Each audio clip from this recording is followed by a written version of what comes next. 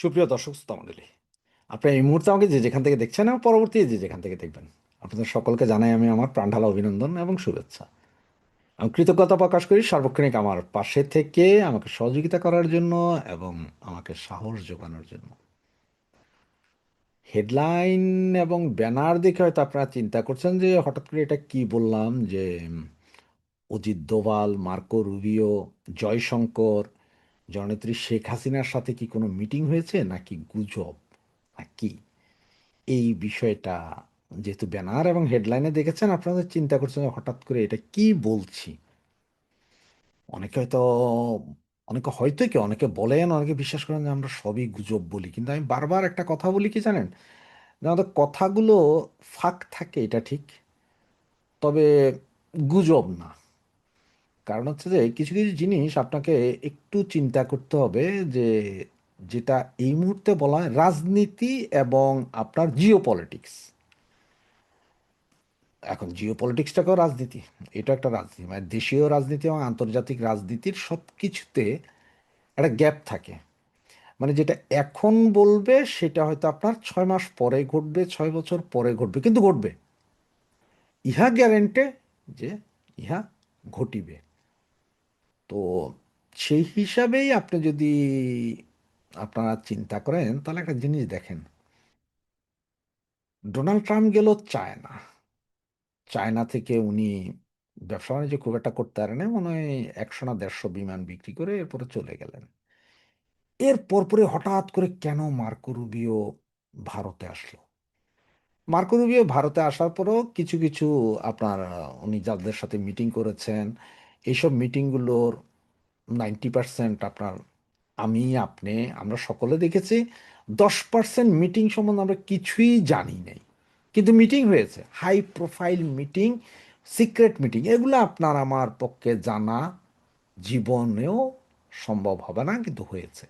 সেখানে ওনাদের সাথে কি কথা হয়েছে, এই যে ভারতের কথা বলছেন, ভারতের যেই অজিত দোভাল, তারপরে আপনার জয়শঙ্কর বা অন্যান্য নেতাদের সাথে কি মিটিং হয়েছে, সেগুলো আমরা যেমন জানবো না অনেক কিছু, তেমনি ধরেন আবার কলকাতায় গিয়ে ওখানে যাদের সাথে মিটিং করেছেন, এদের সাথে কি কি মিটিং করেছেন, এগুলারও 10% আমরা জানবো না, 90% জানা যাবে, 10% জানা যাবে না। তেমনি জননেত্রী শেখ হাসিনা ঠিক কত 10 12 দিন 15 দিন আগেই বললেন যে আমি দেশে ফিরছি, 6 মাসের ভিতরে দেশে ফিরব। এই কথাটাকে আপনি একটু সাইডে রাখেন। উনি এটা বলেছেন, একটু সাইডে রাখেন, মানে এগুলো নোট করেন, আপনি বাকিটা মিলবে আপনার সাথে। এরপরে বললেন যে আমার পাসপোর্ট ফেরত দাও, বিমান পাঠাও, জেলখানা রেডি করো। সেকেন্ড পার্টে রাখেন, থার্ড পার্টে আসেন এখন। আজকে হঠাৎ করে যখন এই ভারতে যখন জয়শঙ্কর, তারপরে মার্কো রুবিও, অজিত দোভাল এদের একটা মিটিংয়ে, প্রেস কনফারেন্সের মতো, সেইখানে হঠাৎ করে শুনিয়ে দেওয়া হলো যে মোদি বলছেন যে I Narendra Modi is my best friend, সে মহান নেতা, ভারত যা চায় আমরা সব কিছুই করব, ভারত যেভাবে চায়, যেভাবে খুশি থাকে সেভাবে। কথা মানে ভারত এখন কত হচ্ছে, এমনই একটা কথা যে ভারত যা চাইবে তাই দিবে। এই ধরনের কথাগুলো কে বলছে? Donald Trump. আজ থেকে 3 দিন আগেও দেখেছেন যে ডলারের বিপরীতে রুপির দাম কম ছিল, এবং অবস্থাটা এমন ট্যারিফ ট্যারিফ নিয়ে একটা বিচ্ছিরি অবস্থা, সেই অবস্থা হঠাৎ করে এই পরিবর্তন। তো আমরা যেটা বলি যে Trump always chicken out, taco, TACO, Trump always chicken out. এটা হচ্ছে ট্রাম্পের অলওয়েজকার খেলা, প্রতিদিনকার খেলা। এখন আপনার আরেকটা জিনিস দেখেন, যেমন এই যে যুদ্ধের কারণে তেল সরবরাহ নাই, পুরো মিডল ইস্টের তেল সরবরাহ নাই, সুতরাং রাশিয়া থেকে ভারত তেল আনবে, এইটার জন্য ওনারা আবার ঠিক আছে আমরা লিফটিং করলাম, রাশিয়া তেল বেচতে পারবে, কারণ হচ্ছে এ বুঝে যে তেল হে বললেও আনবে ভারত, না বললেও আনবে, কারণ এখন রাশিয়া থেকে সবাই তেল আনবে। সুতরাং একটা মান সম্মান রাখা যায়, সে আগ বাড়াইয়া বললো। এখন বলতেছে যে আমরা ভারতকে সব দিব, ভারতের সব কথায় মানব, ভারত আমাদের বন্ধু, সে আমাদের পরীক্ষিত বন্ধু, ওই সে প্রচুর কথা। তো আসলে ভারতের চাহিদা কি? ভারতের চাহিদা দুইটা।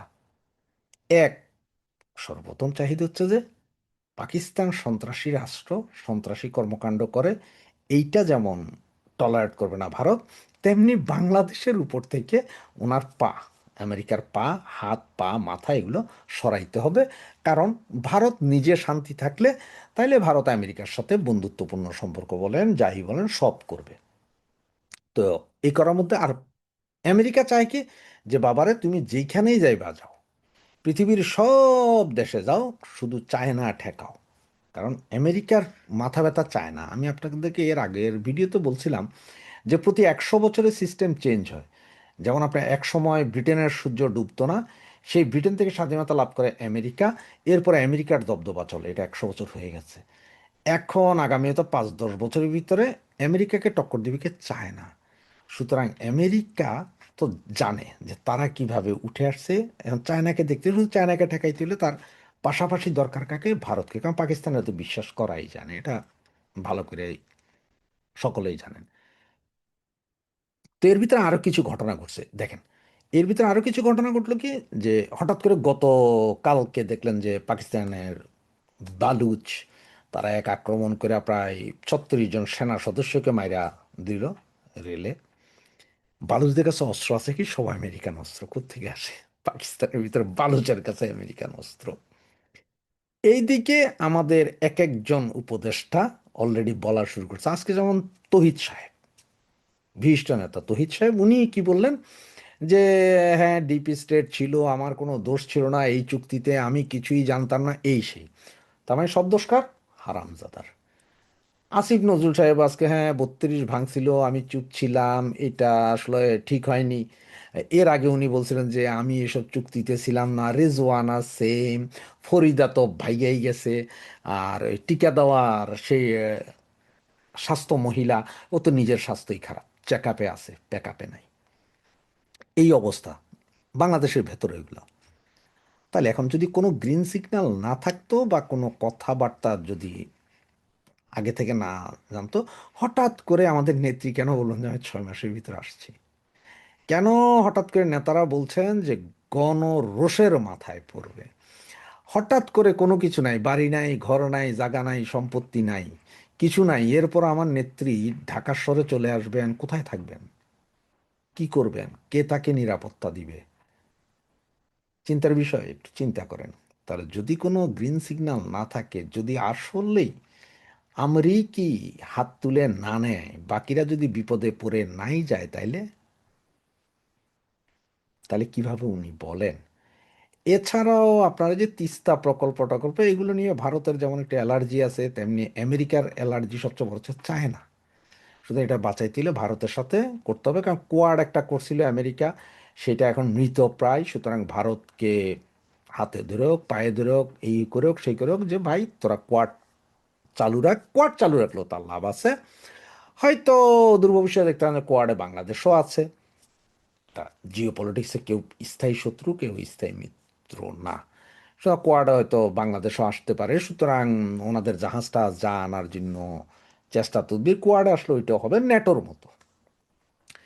তো এইসব যখন ঘটনা চলছে, এর ভিতরে গুঞ্জন যে মার্কো রুবিওর সাথে মনে হয় কথা হয়েছে। তবে আমি শিওর না, আপনার 100% শিওর না যে মার্কো রুবিও, অজিত দোভাল এবং জয়শঙ্কর, শেখ হাসিনা চারজনের কোনো বৈঠক হয়েছে কিনা।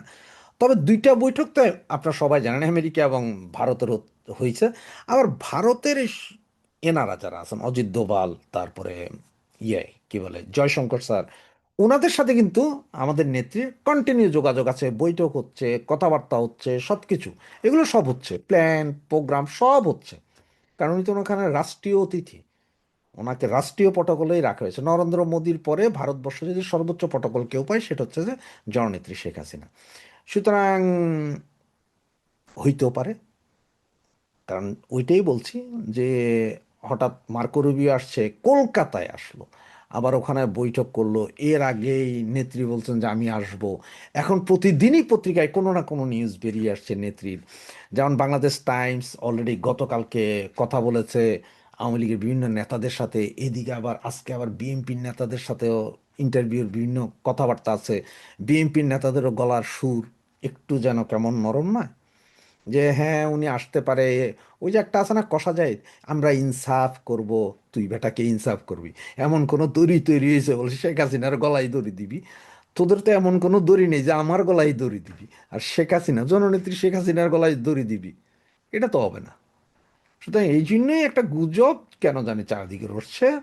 তবে কত হচ্ছে যে যা রটে তার কিছু না কিছু বটে। সরাসরি কথা না হইলেও টেলিফোনেও কথা হইতে পারে, ভার্চুয়ালিও কথা হইতে পারে, কত রকম ভাবেই তো কথা হইতে পারে, কত রকম কত সিগন্যালেই কথা হইতে পারে। সুতরাং এই জন্যই মার্কেটে যেহেতু কথাটা চালু আছে, এই জন্যই ব্যাপারটা নিয়ে আপনাদের কাছে ই করলাম যে আপনারাও বুঝেন যে আমি তিনটা কথা বলেছি, তিনটাকে আলাদা রাখেন, এরপরে বাকি ঘটনাগুলো মিলান, এবং এরপরে যে সবগুলো ডট মিলান, মিলাইলে হয়তো কিছু একটা আন্দাজ করতে পারবেন। জয় বাংলা, জয় বঙ্গবন্ধু।